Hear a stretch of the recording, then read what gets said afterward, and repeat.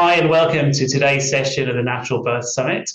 And today's session is titled Techniques for Managing Pain in Natural Birth. And we are great to have on our session today, Suzzie Vehrs. Hi, Suzzie. Hello, And thanks for having hi. me. And Suzzie is a childbirth educator and the founder of the She Births Bravely, which is an organization that provides comprehensive education and support for expecting parents. Suzzie has worked as a certified doula for nearly 4 years and has supported hundreds of families through their birth journeys. Suzzie's mission is to make parents feel confident and informed to make their own choices as they navigate the journey of childbirth. Is that summarizes it, so, Suzzie? Yeah, fantastic. Absolutely, yes. Fantastic. Well, welcome. Can you start off by telling us a little bit about your journey into where you are now? Oh, absolutely. I know a lot of people come into birth work with years of desire for being here. And for me, it honestly wasn't that way. Before I had my children, I had studied economics, I worked in finance, I was pretty happy with my life. But then I had my first baby, and it kind of threw me into a whirlwind of change. My birth felt a little bit out of control. I didn't know what to expect. I wasn't sure how to prepare. I thought I was prepared. And overall, I would say it was just very, very challenging. And I was pretty much in the camp of, I don't want to do this again. And when Zoe, my first, was little, we started going to this mom's group. I'm sure many people are trying to find their communities as new parents and thinking about life after. And one of the friends I met there was a midwifery student. And so every week, this friend and I would go hiking. We'd have our little tiny babies with us. And when she would tell me about her stories, I kept thinking, but my story wasn't like that. Mm. And I kept seeing all these opportunities that I might have had to have felt in control or to have felt like I had knowledge about what was happening that had Right, just passed me by because I didn't have resources and I didn't know where to start. right. So when So you did. yeah, go ahead. You did then decide to have a second child. I did, yes. And my second baby, Hazel, was born in the water. She was 10 pounds. She was huge. And I did a natural birth after I had a C-section with my first. So it was a experience that was positive from so emotionally, physically, spiritually, just any way you could look back at an experience and be like, yes, that's what I want to experience. If I didn't have to think about parenting a child again, I would absolutely go through that birth experience. It was such a beautiful time of bonding and growth for me personally. So after that, That's it. I kind of hopped into my doula certification and made my way here. Okay, fantastic, fantastic. Well, there's lots to unpick in that, but let's get started by talking about techniques for managing pain. I'd like to start by talking about what's the most painful part of labour, which is a quite a big question. Yeah. Yeah. I think nearly every family I work with has concerns about how painful is labor going to be. And if you were to take a sample of 10 of your friends, I'm sure they would all have different experiences with labor and kind of rate the pain at different places. And that's because labor is physical work, but it's also hormonal. And so I think that if we understand a little bit more about how our body works and where the pain is coming from, then we can create from that tools that we know will work because it's just a system that we're our body is a system and it's a process we're going through. Right. Okay. So So I think, oh, go ahead. Sorry. Oh, so one of the things that people don't realize is that even if, well, first, your uterus is just a muscle, the largest, strongest muscle in your body. And if you think about like doing a bicep curl, it's the same thing. That is a contraction, right? And you can feel the work. And then if you think about, okay, now I'm going to do weights or I'm going to do reps over time, the intensity of that feeling may go up. But the other thing that we have all experienced as people who were forced to go to gym class at some point, and some of you may be athletes, and some of you may have more concrete experience with this, but oftentimes when our physical work goes up, the hormonal systems in our body compensate. And the same is true for labor and birth. Oxytocin is the number one hormone that kind of pushes your labor forwards. It's also the hormone of love and bonding. So given that you have this free flow of hormones, it's natural to feel loved, supported, happy as you labor. You also have endorphins that are increasing at astronomical high rates that you will never experience at other times in your life, which if you look at this hormonal cocktail that you have during labor, it's actually 18 to 33% more powerful than morphine.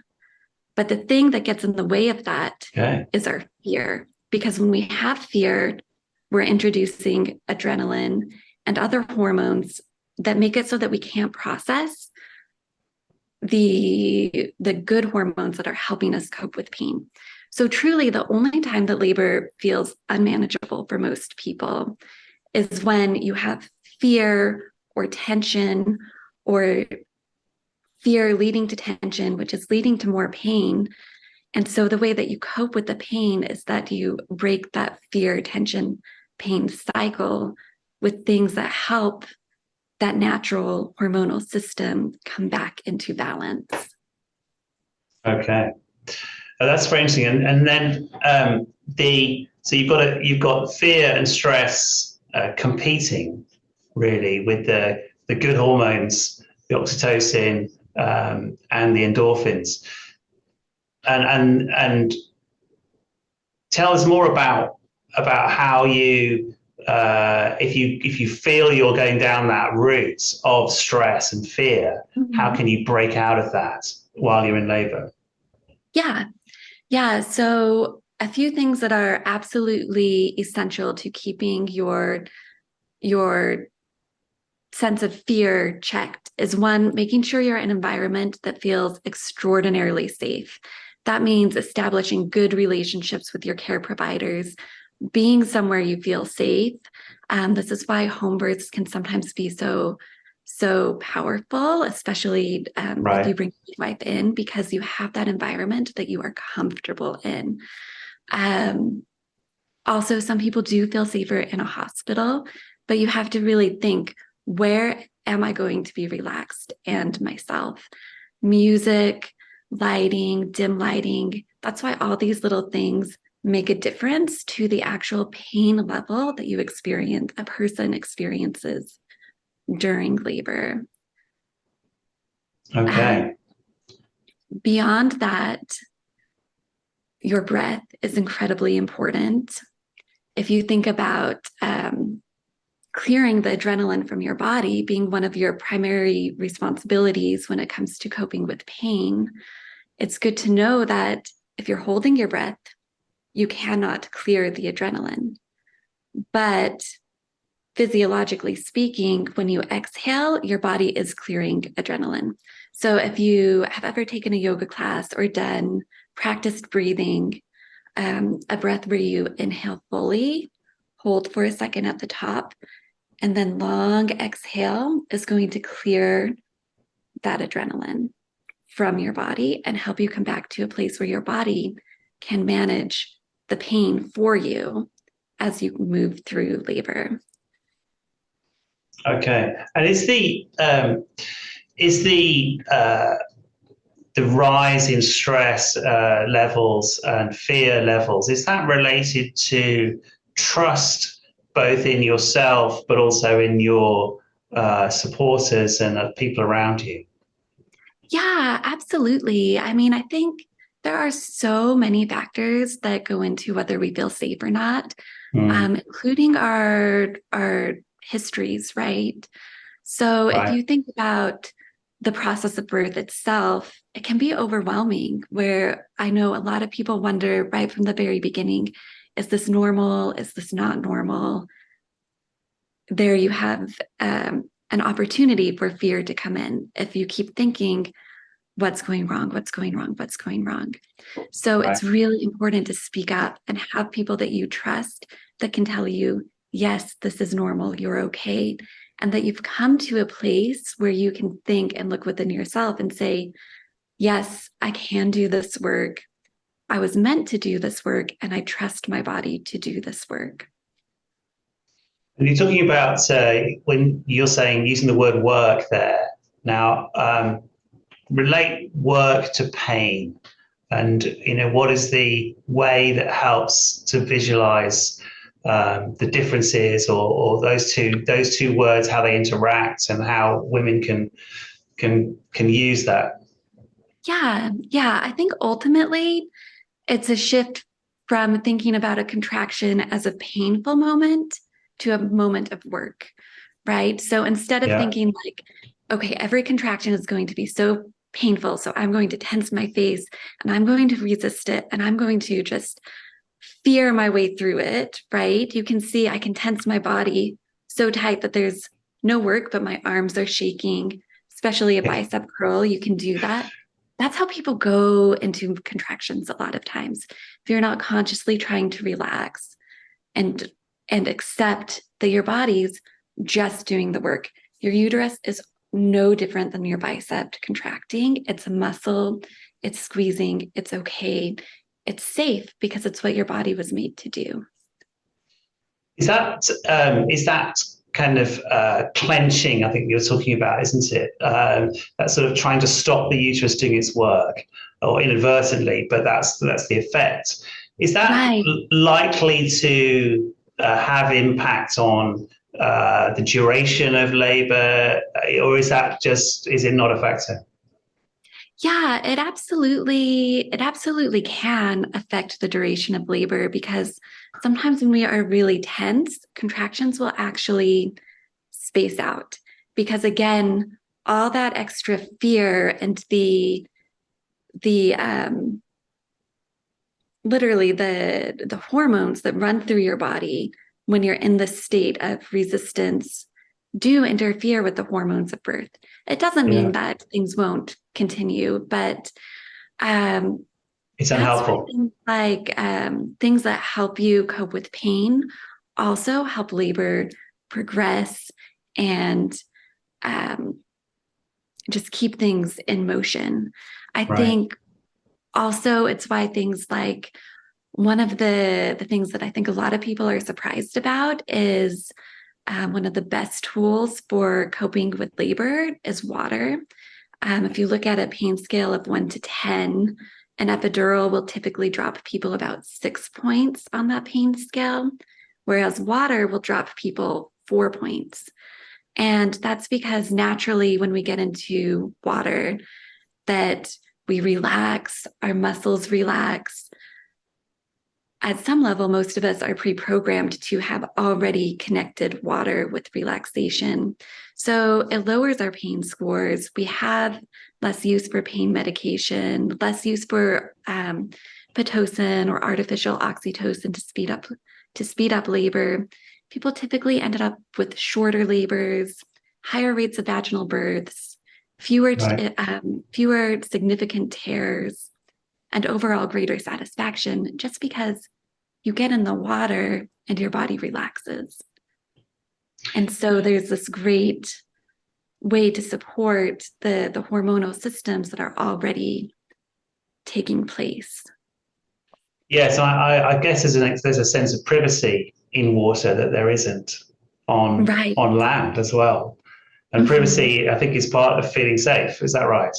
Absolutely. Absolutely. I mean, if you think about oxytocin as the love hormone, it's the same thing that we feel when we're making love with our partners, right? Birth is essentially an extension of this child that was hopefully created in love and birthed in love, and that hormone that we know can be influenced by how we feel and how we're treated, and how the other emotional states that we are cultivating in ourselves is really that main thing driving contractions. Yeah. Okay. What you've talked about the safe environment, and you've talked a bit about how water can help that. What other tools are there that people can use, or people sometimes find helpful in terms of managing pain in labor?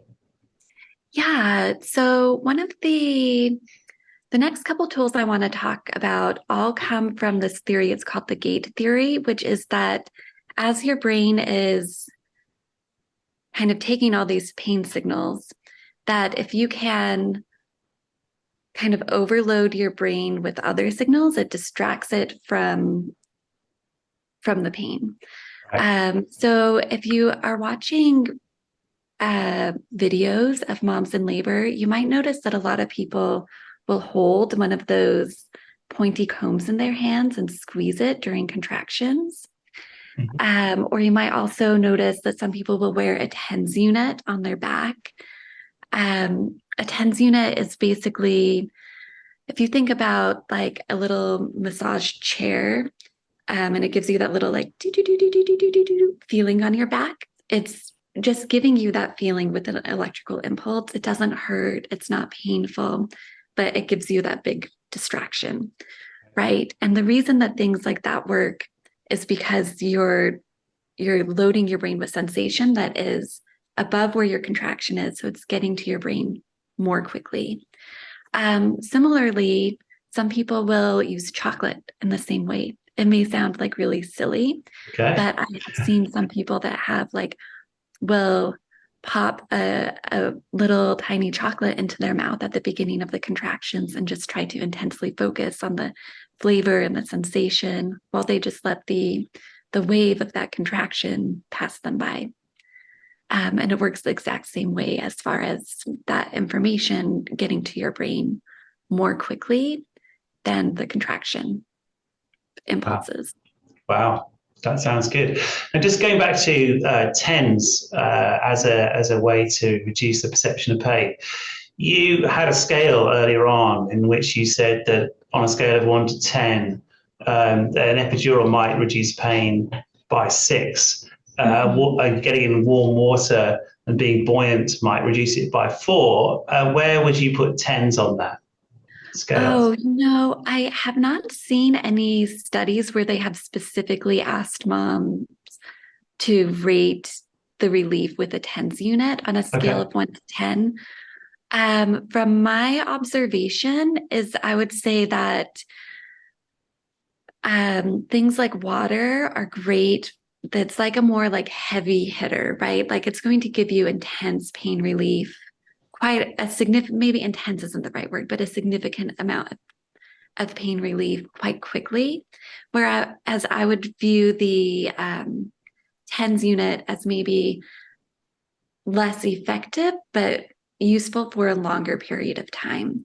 So typically during the more early labor or when contractions are getting consolidated, or if a mom is wanting to go to the hospital for having a hospital birth but can't yet be admitted, can't get an epidural yet, then the TENS unit kind of fills in gaps more early on, where after you're more deeper into labor, then the water becomes like the most effective tool.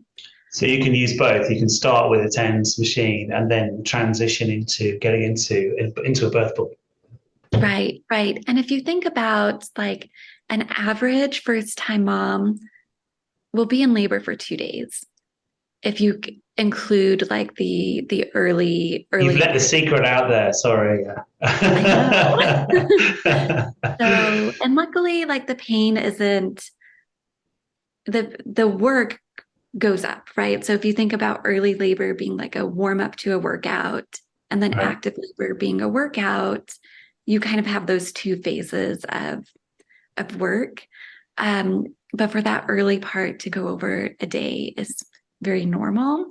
Doesn't mean you're in intense pain, but to switch up different coping tools, pass the time, take care of your sleep, energy, making sure you're eating high protein, complex carbs, food that will sustain work.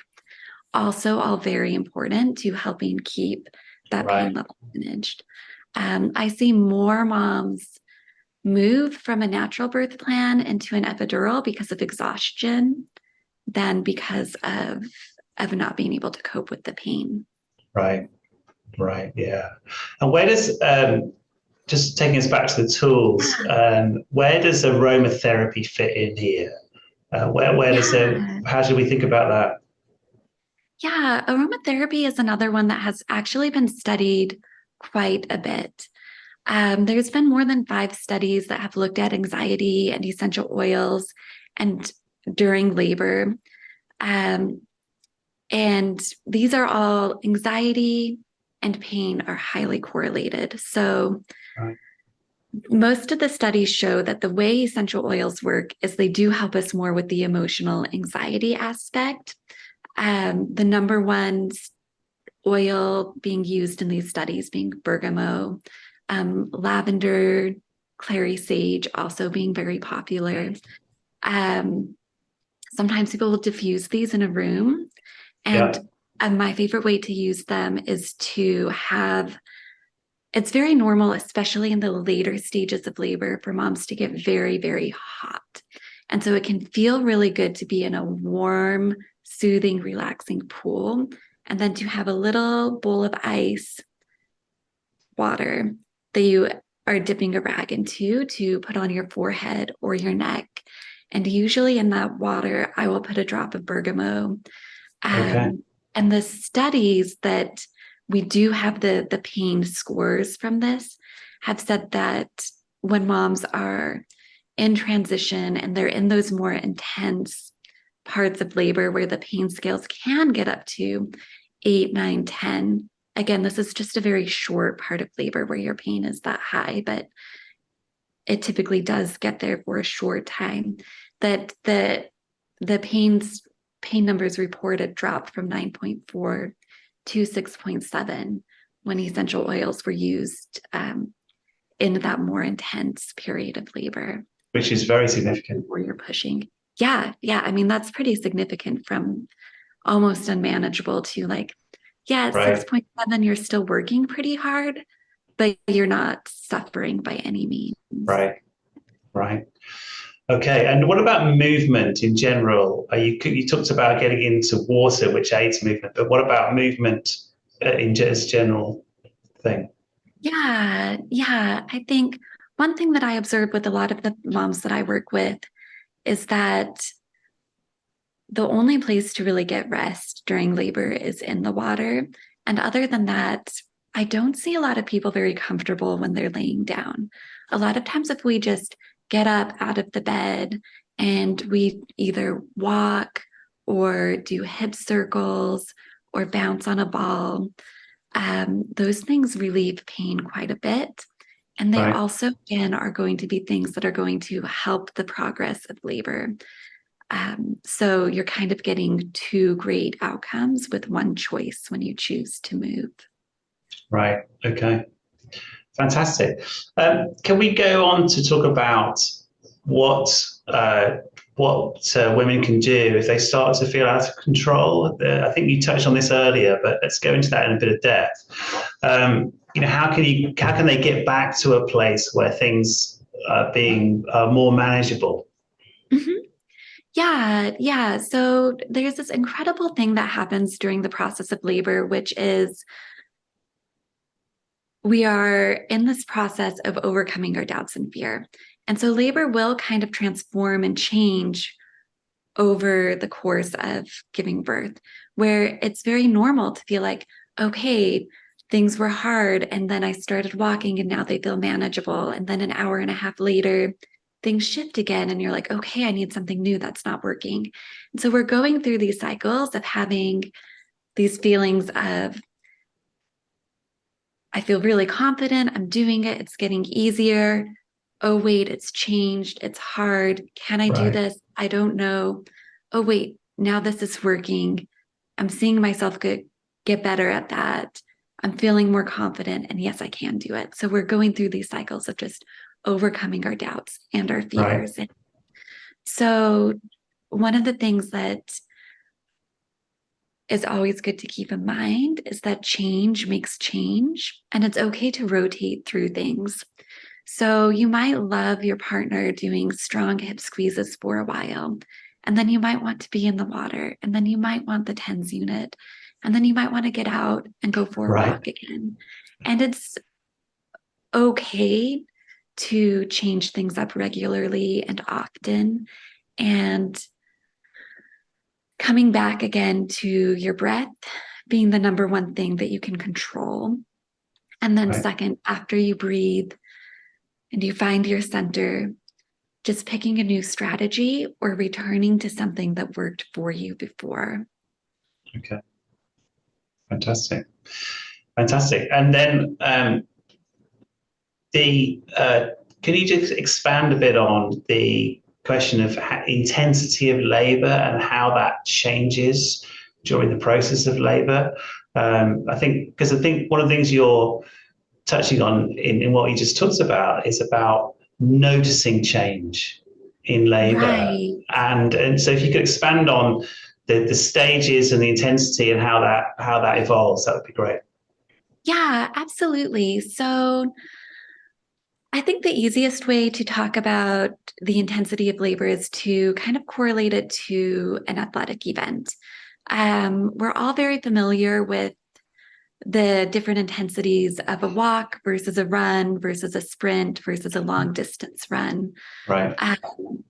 versus, any athlete is going to have their warm up, their period of work, and then that intense hustle maybe at the end, right? And we go through those same layers of intensity during labor. So when I talk about labor maybe being 2 days for the average first time mom, the first probably 75% of it is usually quite manageable. Where if you think about walking versus running, you can walk a long time without ever reaching a point of, oh my goodness, this is overwhelming and hard, Right. right? Then you get into active labor, which is more like a run. Your uterus is working harder, it's squeezing more frequently, and it's contracting stronger, just like that bicep curl with a little bit of weight, right? Or a Yeah. walk versus a run. Also, very manageable because as you bumped up in that intensity level, all of those hormonal systems that support that work and give you pain relief also bumped up in their intensity levels as well. Right. Right at the end of labor, when people are hitting transition, a lot of people call this the most painful part of labor, even though I disagree, because I think the only time labor is really unmanageable or extraordinarily painful is when those hormonal systems are unbalanced and you need to, Right. right? We talked about that. Yeah. But the most work that will be done in the shortest amount of time is transition. Yeah. Moms might take, 0 to 5 centimeters can take a few hours to a couple days. You're in that really light, easier part of work. 5, 6, 7, 8, 9 centimeters. Most people will do that in under 12 hours. So some even less. Then when you get to 8 to 10, you make this great leap where in 15 minutes to 2 hours, you're going 2 full centimeters if we're counting versus on dilation. Yeah. And of course, not everybody is the same. And there are outliers of some people going very quickly and some people taking pauses at different parts of labor. Right. But if you want to think about the warm up, the work, the sprint, and then once you get to pushing, which is the last thing you really have to do, you get this whole adrenaline reset, and you get to do this new thing that you've never done before, which is you get to be really active in the work. Where during the dilating part of labor, you're trying to relax your body, you're trying to relax your mind. You're doing things that mainly try to make you stay feeling safe, and you're essentially surrendering to the process. Right. During pushing, you're very involved, so most people like that part of labor. By the time you get there, they like that part of labor better. So if you can get there, it's usually like, yes, you're going to make it to the end, and you know that, and you can have that confidence for sure. Right. Okay, fantastic. A lot of that, the things you talked about there, there's a sort of it's assumption about support in the room. I wonder if you could talk about how birth partner can help, and how they should think about what they can do and when. Yeah, birth partners are incredibly important. They are also on their own journey, and it is a really big deal to watch the person that you love doing this intensity of work. Yeah. Partners also know you most likely better than anybody else, and they can see the nuances of what you need. Things that partners can do really, really well is massage. Very simple things like scratching a mom's back. A lot of moms like pressure on their hips. If you do like a little squeeze and you kind of lift up and in on the hips, or just a light pressure directly on the sacrum. Massage is so useful. Dads or partners can help with movement as well by slow dancing, by holding a hand. They can, if a mom's in the tub, they can be the one to refresh that cool water, that cool cloth that's going over her forehead. I think ultimately the thing that partners bring on top of anything else is presence and safety. And they're a place where we can let out our emotions, whether we need to be loud and complain, or we need to cry, or we need somebody to walk us through a breathing pattern, right? Like if we're overwhelmed, we might forget that we need to breathe. And a partner can say, hold on, let me help you. Look me in the eye and follow me. And they can just breathe in and breathe out and breathe in and breathe out, so that you can restabilize and get that oxygen that supports yourself and your baby. And then you can move on to find the next tool that can help you. Okay, that's fantastic. When a woman is in labor, how does she communicate what she needs? Because there are, as you said, in the talking about the phases of labor, there are times when she's very withdrawn and very kind of internally focused. So what are the ways that women can think about communication in that time? Yeah, I think that's a very good question, because we do go very internal during labor. Sometimes so much where people are almost completely, if they're fully relaxed and loose and limp, talking will pull them out of that and distract them from being totally gone, which is totally disconnected, which is ultimately a very positive thing for labor when you're totally surrendered to the process. I think if you need something, speak up and ask, because everybody around you wants to support you. Even small things like saying hands higher, hands lower, you can communicate a lot in very few words. I think also if we're thinking about support people in the room, such as a doula or a birth partner, that you're communicating a lot through your body language, where if your face is tight and tense, it would be a very natural thing to maybe like massage, for someone to reach over and just massage your forehead. And if you're holding all the tension in your shoulders, it's very easy for someone to see that and to rub your shoulders. And if you're having a hard time breathing, it's easy to say, look at me and follow me through this breath. So I think that like 90% of your communication is going to be nonverbal. Right. And the great thing about labor is that you can't really hide what you're feeling, right? Like Right. you're so engulfed in this work that if you're really tense and you need to squeeze, someone can give you that comb so you can squeeze in a productive way. And you can put that tension here instead of through your whole body.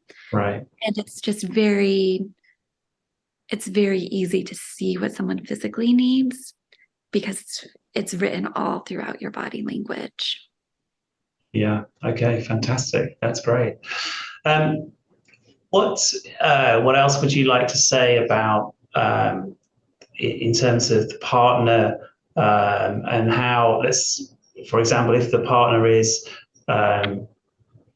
the other parent, then the father, then about that challenge for them of going through seeing their loved one going through this process and the challenges that creates. How can mothers help partners get ready for that if they're the father to because engagement in that process is really powerful, isn't it? Right. And it helps to prepare for the great start for the newly enlarged family. So, what would you say about to mothers about engaging, with their partner to, give them the confidence to be that person? Yeah. So I think there needs to be a little bit of honesty there. Honest conversation between the two parents of, I know a lot of times when I'm hired as a doula, it's because the birth partner doesn't want that responsibility of having to make sure everything is okay. And they want to be able to be present, but not necessarily responsible for knowing exactly what to do next. Right. And I've also had some birth partners that really educate themselves about the birth process and are very capable, confident without any outside guidance. So there needs to be some sense of self-reflection. But apart from that, very important for birth partners to also establish a trusting relationship with whatever care providers and support people you're bringing into the room, whether it's your midwife or your doula. I know that, again, a lot of communication in birth is nonverbal. So I will frequently be with a mom who's having a big contraction, and I'll see a dad look over at me with the big creased forehead and puppy eyes thinking like, what do I do? You can see like the helplessness in their face. Like, I want to take this away. I'd rather this be me. And sometimes I just smile and go like thumbs up, and without even words say, or very quietly whisper, she's okay. And you can see that tension just leave their body, and they go back to what they're doing. They go back to the hip squeeze. They go grab a glass of water for her, and they come back to that very tender and loving care. But just like us, where we've talked about that hormonal shift, dads can also hit that fight, flight, or freeze response too, and the uncertainties of labor. So just making sure that a dad, or I keep saying the word dad, and I apologize, all birth partners, they come in many, many different shapes and types of relationships. Making sure that the birth partner has somebody that can talk them through their own fight, flight, or freeze response, because typically they can process that really quickly. They just need somebody they trust to say it's okay. And then they turn into these spectacular support people who are involved and who are saying, follow me, and who are leading and guiding a birthing mother through the next steps, but they have to feel safe in the process as well. So I think you're encouraging then birth partners to attend meetings with providers, with doulas, with other people who will be involved. Right. That's, I think, what you're saying, isn't it? Just to be as actively participate in that process leading up to the birth, because then you're more likely to have the trusting environment and safe place that is ideal for the mother as she goes through labor and birth. Right, right. And ultimately being very present. I was at a birth last week where we had been laboring for quite a while. It was like 2 or 3 in the morning, and the mother just was like, I am so tired, I need rest. So I know I said we tried to move a lot, but in this case, because it was the right thing for her, she laid down and I did a little hip massage. And the dad pulled out a book of poetry and started reading to her these just beautiful, beautiful poems. And I can guarantee you that, such a simple thing to do. But in that moment, you could just feel the love and the bond between them. And it was so potent and it was so powerful that looking back, when they look back at that experience as a woman who needs to feel supported, you will never forget that type of love and that type of kindness extended to you in a time of challenge. Right. Yeah, that's beautiful. Well, I wish I thought of that one. Excellent. This has been fantastic. I really appreciate you sharing these wonderful tips and experiences. Is there anything that you'd like to explore while we're here before we go on to the next part of the conversation? No, I think just overall encouragement to mothers and all parents that your body is made to give birth, and it's a process you can trust, and you absolutely, as a parent, have every skill inside of you that you need to navigate it. And there's so embrace and trust and keep fear at bay. Is the main lesson I think I'm hearing. Absolutely. Fantastic. I think your tips for the partner as well were really fantastic. So thank you for that. We are going to bring this to a close by talking about what people can do if they want to know more about what your work and what you kind of things you do and what's available to them. So where should people go to do that? Right. My website is shebirthsbravely.com. If you want to kind of follow along, I do have a free birth plan challenge. It's a 5-day challenge where every day you get a little tip for how to create your birth plan, a template, all the choices you have to make, how to use it as you're communicating with your care provider so that you can really.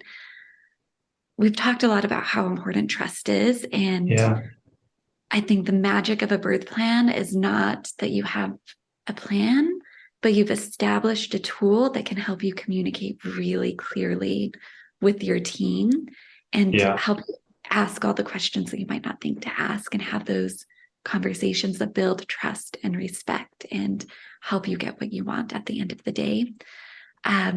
It's totally free. Birthplan.shebirthsbravely.com is where you can get that. And I would love to hear your birth experiences for the moms that are going through birth soon. Fantastic. I do. I love that name, She Births Bravely. That sums up a lot of the things that you talked about, and it's really wonderful. Thank you so much. And so, tools to build a birth plan available at shebirthsbravely.com. Thank you so much, Suzzie. It's been a pleasure, and I wish you the best. We will stop here. Thank you. Take care. All right. Thank you. Bye. Bye.